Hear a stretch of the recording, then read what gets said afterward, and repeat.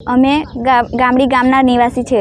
સવારમાં સ્કૂલે જવા નીકળ્યા હતા, ઘર નારામાં પાણી ભરાઈ જવાથી 6-7-8 ફૂટનું પાણી ભરાઈ જવાથી અમારાથી સ્કૂલ જવાયું નહીં। હવે અમારે અભ્યાસ કરવા કેવી રીતના જવાનું? અમારો અભ્યાસ બગડે છે।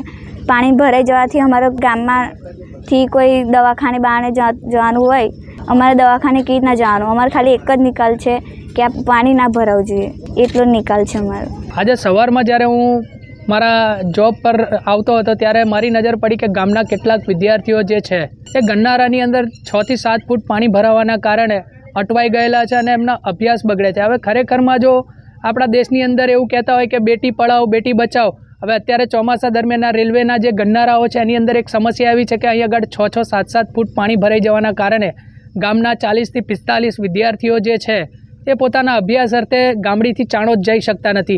એ સિવાય ઘણી બધી સમસ્યાઓ એવી છે કે ગામમાં કોઈ બીમાર હોય, કોઈ વ્યક્તિને કામ અર્થે બહાર જવાનું હોય અને આવા બધા કામ અર્થે બહાર જવાનું હોય તો રસ્તામાં ગન્નારાની અંદર 6-7 ફૂટ પાણી હોય તો એ લોકો પોતાના કામ પર પણ નથી જઈ શકતા। અને આ સમસ્યાને જો સત્વરે નિકાલ કરવામાં નહીં આવે તો ઘણી બધી સમસ્યાઓ આગળ જતાં થઈ શકે છે। માટે મારી રેલવે તંત્રને અપીલ છે કે આ ગન્નારાની અંદર જલ્દીથી જલ્દી પાણી નીકળે એવી પમ્પિંગ સિસ્ટમ નાખીને આ પાણીનો નિકાલ થાય, જેથી કરીને આપણા દેશનું જે ભવિષ્ય છે વિદ્યાર્થીઓ એ સ્કૂલે જઈને પોતાના દેશનું નામ રોશન કરી શકે।